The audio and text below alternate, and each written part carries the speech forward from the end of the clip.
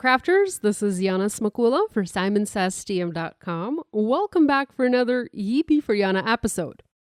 In this video, we're talking about coloring on colored cardstock using Copic markers, colored pencils, and adding heat embossing to the mix. All supplies I'm using for this project are listed and linked in the video description below for your convenience. This card started on a sheet of light pink cardstock. Can you imagine? I used Hero Art's PEONY color as my base and layered all other colors on top using embossing powder, Copic markers, and POLYCHROMOS colored pencils. First, I heat embossed the background. This is Simon Says stamp Daffodil Field Cling background stamp, and I embossed it in detail white embossing powder on that PEONY cardstock. You can try this technique with other stamps and on other colors of cardstock, and I have shared this in the past using different background stamps and other cardstock colors. I trimmed the background to a more manageable size to 4 1/4 by 5.5 inches, and this will make the front of my A2 card. I also have a scrap piece and I will use it to test my colors. I'm going for pink daffodils, green leaves, and light blue, almost blue-gray background. You might be thinking, this is not going to work on this paper, but I promise you, it will. Now, whatever color you want your flowers to be, use that color of paper for the background. I want the daffodils to be pink, so I'm starting with pink. If you want the daffodils to be yellow, start with yellow. First, I'm flicking the RV10 marker onto the base of the petals to add shading. When you first add marker onto colored cardstock, it looks darker because it makes the paper wet. To see the true color of the marker, you need to wait for a few seconds to let the liquid evaporate and let the paper dry. That's when you'll see the true marker color on that particular color of paper. So it is useful to have a scrap piece of paper of the same color to test your colors before you can use them on your background. Next, I want the tips of the petals to be a lighter pink, and I can achieve that by applying a white color pencil. This is POLYCHROMOS by Faber-Castell. It is not going to make my paper white like the embossing powder does, but it will lighten that pink color a little bit, and you'll be able to see the difference more on the finished card. You can probably barely tell that I'm applying the white color onto the paper. Next, I have 2 pink pencils, and I'm using these to add detail to my petals. The darker pink is light purple pink, and the lighter pink is pink madder lake. And again, these are POLYCHROMOS by Faber-Castell. I'm applying color by flicking it onto the paper starting from the base of the petal, as this is where I want the color to be darker, and I fade it into the center of the petals. You can do this with Copic markers as well, but these colored pencils, they sharpen to a very fine point, allowing me to add very thin lines to my coloring. And I have greater detail when I'm coloring with colored pencils compared to Copic markers. I've done one partial daffodil, and we will do the center of this daffodil later. Now I want to color the leaves and the stems, and I need a green marker for that.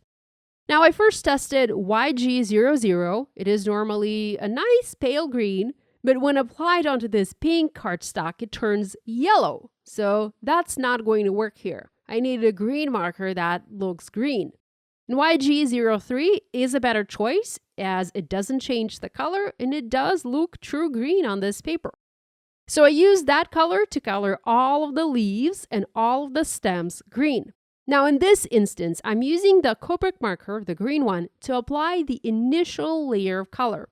I'm not using Copics here to blend and to shade. I will use my colored pencils for that instead. So the colored pencils will add detail to the leaves and stems. Copics are just being used to apply the base layer of color, as Copic markers make it a lot easier to cover a large area quickly. I then used several green pencils to add detail. I used earth green yellowish, permanent green olive, and chromium green opaque. And this works with other pencils and other colors as well. Next, I want to do the background. This will help me differentiate the flowers, and it will start to put this background together, so to speak. I want the background to be blue, so I start with a B000 marker. When I first apply it, it looks very gray, almost muddy gray. But remember, the paper is wet. Give it time to dry, and then you'll be able to see the true color. I used a B00, a slightly darker marker on my test piece, but here I wanted a lighter background. A few minutes have passed, and the ink is dry on the sections that I just colored. See how big of a difference there is? So let the ink dry before you decide if that color will work for you or not. As I keep coloring the background blue, you can begin to see this image come to life. The daffodils begin to stand out, and it is no longer one lifeless blob. All that's left to do now is color the daffodils. I used the RV10 marker and added a light shading onto each petal and each flower. And you can see how that compares to the one daffodil that's almost done. I also used the RV02 marker to add a bit more pink, but only onto the flower centers. Next, I kept using my colored pencils in light and dark pink and the white color pencil to color the rest of the daffodils. Now, I know not everyone is comfortable using Copic markers and even colored pencils next to the heat embossing. There is a workaround that if you're not comfortable coloring the way I color, you can first stamp the image in alcohol marker-friendly ink, you can color it, and then you heat emboss the same image over the one that you just colored, so there's no coloring next to the heat embossing. So you basically reverse your steps and add the heat embossing as the last step. You will need a stamping tool such as MISTI for that. Now you can go as detailed as you like when coloring flowers, or just add simple strokes of color. Either way, this is a beautiful stamp, and these images already look gorgeous. The background cardstock color provides a stunning base for the flowers, and that allows us to spend a lot less time coloring them. Of course, you can use white cardstock as a base, but that would require a lot more time and ink from your marker to color this image. And here's a look at the finished colored background.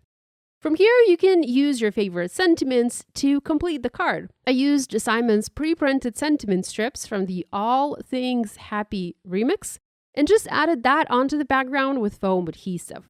I hope you'll give this idea a try. If you make a card inspired by this video, we'd love it if you shared the project online and tagged us on social media.